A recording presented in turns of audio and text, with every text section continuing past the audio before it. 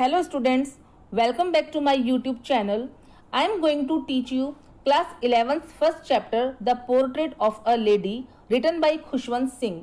Guys आप देखेंगे कि ये वाला जो मेरा वीडियो है ये पार्ट 2 है. इसका मैं ऑलरेडी एक वीडियो बना चुकी हूँ, उसको एक बार जरूर से देखिएगा. और इस वीडियो में आप देखेंगे कि किस तरीके से मैंने इंग्लिश की हिंदी तो की ही है, लेकिन उसके अलावा मैं आपको सारी ग्रामेटिकल टर्म आपको इसमें बताने जा रही हूँ, जिससे कि आपका रिटन बहुत बहुत शानदार होने वाला है और आपको लिखने में आगे इंग्लिश को लिखने में कभी कोई प्रॉब्लम नहीं आएगी. तो चलिए let's start. My grandmother and I were good friends. मेरी दादी माँ और मैं हम दोनों बहुत अच्छे दोस्त थे. अब इसका स्ट्रक्चर आप देखिए. सब्जेक्ट हमारे पास दो है, my grandmother and I.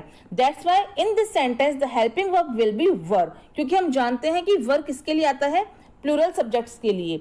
My parents left me with her when they went to live in the city and we were constantly together. My parents left me. मेरे माता पिता मुझे छोड़ के चले गए with her, यानी कि उसकी दादी माँ के साथ. अब हम देखेंगे टेंस कौन सा है. लीव की सेकंड फॉर्म लेफ्ट हमें बता रही है कि सेंटेंस पास्ट सिंपल में है. सब्जेक्ट हमारा है माई पेरेंट्स और आप देखेंगे लेफ्ट के बाद में मी कौन है. मी होता है इनडायरेक्ट ऑब्जेक्ट, यानी कि ऑब्जेक्ट भी दो तरह के होते हैं, डायरेक्ट और indirect. With her when they went to live in the city. अब ये देखिए यहाँ पे when कंजक्शन का काम कर रहा है. दूसरा सेंटेंस यहाँ पर जुड़ा हुआ है. They went, they डिनोट कर रहा है पेरेंट्स को, और दोबारा से went हमें बता रहा है कि सेंटेंस पास्ट सिंपल कैटेगरी का है. They went to live in the city. जब वे शहर रहने के लिए गए. And we were constantly together. यहाँ पर वो एक सिचुएशन बता रहा है कि मेरे माता पिता मुझको अपनी दादी माँ के पास छोड़ करके शहर रहने के लिए चले गए. And we were constantly together. तो यहाँ पर we आया है खुशवंत, जो राइटर है हमारे राइटर और इनकी दादी माँ, यानी खुशवंत सिंह और उनकी दादी माँ को डिनोट करता है वी. Were constantly. अब आप देखिए कि यहाँ पर वर क्या है, पास्ट कॉन्टिन्यूअस है या कुछ और है. एक चीज आप यहाँ पर देखिए, वर्ब के साथ यहाँ पर आईएनजी नहीं है, कोई वर्ब में एक्शन नहीं है, आईएनजी नहीं है. इसका मतलब ये सेंटेंस पास्ट का तो है, लेकिन ये स्टेटिव वर्ब है. मैं आपको फिर से बता रही हूँ स्टेटिव वर्ब क्या होती है. आप मेरा वीडियो देख सकते हैं. आगे बात करते हैं कॉन्स्टेंटली टुगेदर. कॉन्स्टेंटली और टुगेदर दोनों ही यहाँ पर एडवर्ब का काम कर रहे हैं. She use to wake me up in the morning and get me ready for school. She used to. जब भी सेंटेंस में यूज टू आता है तो ये कोई पास्ट हैबिट की बात की जाती है. आगे हम देखेंगे वेक मी अप. वैसे तो वर्ड होता है वेकअप, लेकिन यहाँ पर यूज किया गया है वेक मी अप. तो वेकअप क्या है, वेकअप है फ्रेजल वर्ब. और जब भी सेंटेंस में कोई इनडायरेक्ट ऑब्जेक्ट का भी इस्तेमाल किया जाता है तो वो हमेशा फ्रेजल में बीच में आता है. कहने का मतलब वेकअप मी नहीं होगा, वेक मी अप होगा. ऐसे और भी एग्जाम्पल अभी आपको आगे दिखेंगे, आप इस पे फोकस बनाए रखिए. शी यूज टू, यानी कि दादी माँ की आदत क्या थी, wake me up in the morning, वो मुझे सुबह उठाया करती थी. And get me ready for school, और स्कूल के लिए तैयार किया करती थी. अब यहाँ पर देखिए गेट रेडी की जगह गेट मी रेडी, यानी कि जो पहला रूल मैंने आपको बताया वही सेम यहाँ पर लगाया गया है.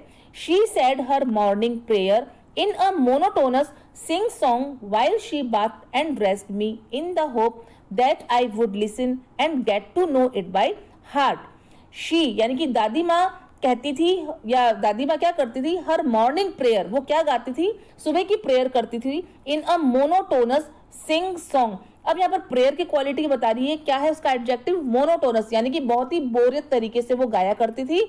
और कब वो ये काम करती थी, यहाँ पर टाइम बताया गया है, क्योंकि वाइल बता रहा है सिचुएशन या टाइम कि जब वो उसको नहलाया करती थी. शी बाथ्ड एंड ड्रेस्ड, ये दोनों ही वर्ब है जो कि पास्ट सिंपल सेंटेंस को डिनोट करती है कि जब दादी माँ मुझको नहलाया करती थी और तैयार करती थी तो वो मुझे प्रेयर सुनाया करती थी जो बहुत बोरियत होती थी उसके लिए, लेकिन और उनको होप क्या रहती थी कि दैट आई वुड लिसन, कि मैं कभी ना कभी उनको याद कर ही लूंगा.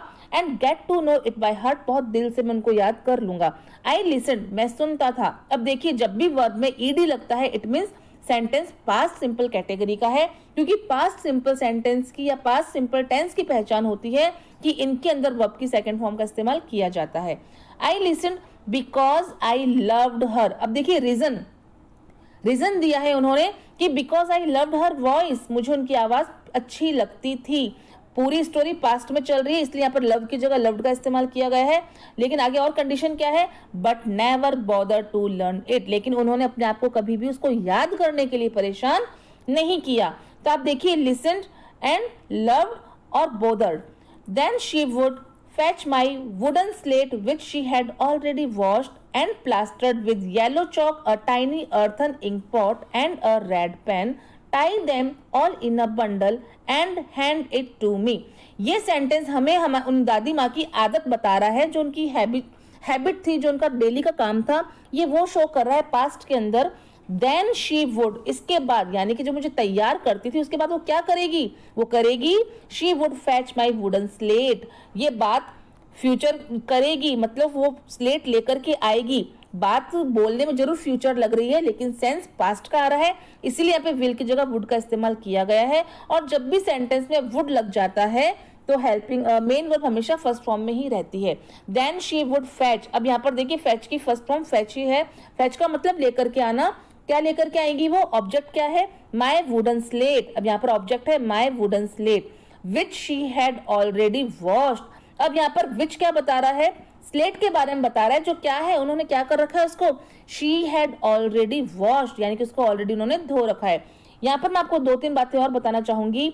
यहाँ पर आप देख सकते हैं हैड है सेंटेंस में, शी हैड ऑलरेडी वॉश्ड। मैंने मेरा रूल बता रखा है आपको मेरे टेंस वाले वीडियो में, जहां जहां एज वहां वहां वी थर्ड, यानी कि वॉश की थर्ड फॉर्म वॉश्ड हो गई, क्योंकि यहाँ पर हेल्पिंग वर्ब क्या है, एच से शुरू होने वाली हैड। एक चीज आप यहाँ पर और देखेंगे कि यहाँ पे ऑलरेडी वर्ड आ रखा है, पहले से ही धुली हुई। जनरली ऑलरेडी को हम यूज करते हैं प्रेजेंट सेंटेंसेस में, लेकिन कभी कभी ये पास्ट के अंदर भी यूज कर दिए जाते हैं, क्योंकि पास्ट की कोई बात बता रहा है कि हमेशा वो ऐसा किया करती थी। And plastered with yellow chalk, और वो किससे प्लास्टर किया करती थी, येलो चॉक से। A tiny earth ink pot, और जो उनका इंक पॉट था वो छोटा था मिट्टी का। And a red pen, pen कैसा है, रेड, यानी कि पेन की क्वालिटी क्या है, रेड कलर। टाई देम, उन सबको बांध करके, किसमें बांधती थी वो, in a bundle and hand it to me, और वो मुझे दे दिया करती थी। After a breakfast of a thick steel chapati with a little butter and sugar spread on it we went to school. इसमें हम देखेंगे कि वो ब्रेकफास्ट किया करते थे किस चीज का, after a breakfast of a thick steel chapati. चपाती की क्वालिटी यहाँ पर क्या बताइए, यानी कि चपाती यहाँ पर नाउन है और थिकर और स्टील वर्ड यहाँ पर एडजेक्टिव का काम कर रहे हैं। जब वो इन बासी और मोटी रोटियों का नाश्ता कर लिया करते थे, और उस पर क्या था, with a little butter and sugar spread, और उस पर क्या स्प्रेड किया गया जाता था, शुगर भी और घी भी या बटर भी, ऑन इट। इट यहाँ पर डिनोट कर रहा है रोटियों को। We went to school, again हमें पता लग रहा है सेंटेंस पास्ट सिंपल कैटेगरी का है, क्योंकि गो की सेकंड फॉर्म वेंट होती है। She carried several steel chapatis with her for the village dogs. अब यहाँ पर शी डिनोट कर रहा है दादी माँ को। कैरी की सेकंड फॉर्म कैरिड, वो अपने साथ में लेकर चलती थी। सेवरल स्टील चपातीज, कुछ बासी रोटियां। विद हर, अपने साथ में। फॉर द विलेज डॉग्स, यहाँ पे फॉर किसके लिए आया है, गांव के कुत्तों के लिए। फॉर का मतलब ही हिंदी में होता है लिए। My grandmother always went to school with me because the school was attached to the temple.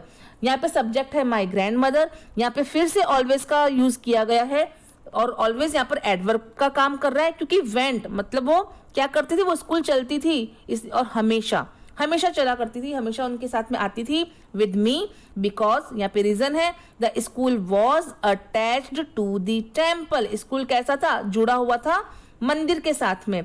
The यहाँ पर आप देखेंगे द स्कूल वॉज अटैचिंग नहीं है, ये सेंटेंस पैसिव कैटेगरी का लग रहा है, क्योंकि वॉज के साथ वर्ब की थर्ड फॉर्म है। और अगर जब आप पैसिव देखेंगे, मैंने बता रखा है मेरे वीडियोस में, वर्ब के साथ में अगर वर्ब की थर्ड फॉर्म है तो इट मींस ये पैसिव का सेंटेंस है। The priest taught us the alphabet and the morning prayer. Subject है आपका प्रीस्ट यानी पुजारी। वर्ब की सेकंड फॉर्म टॉट, जो कि टीच की सेकंड फॉर्म है। सब्जेक्ट है द प्रीस्ट, वर्ब टॉट, और डायरेक्ट इनडायरेक्ट ऑब्जेक्ट क्या है, अस। और सेंटेंस है ये पास्ट कैटेगरी का, पास्ट सिंपल का। क्या सिखाता था पुजारी उनको, अल्फाबेट और मॉर्निंग प्रेयर।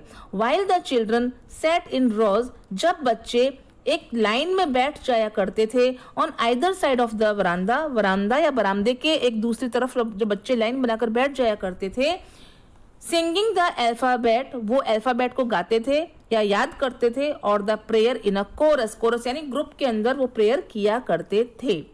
आगे हम देखेंगे माई ग्रैंड मदर सेट। अब यहाँ पे देखिए पूरा ये सेट जहां पर भी आ रहा है पास्ट सिंपल सेंटेंस आ रहा है बार बार।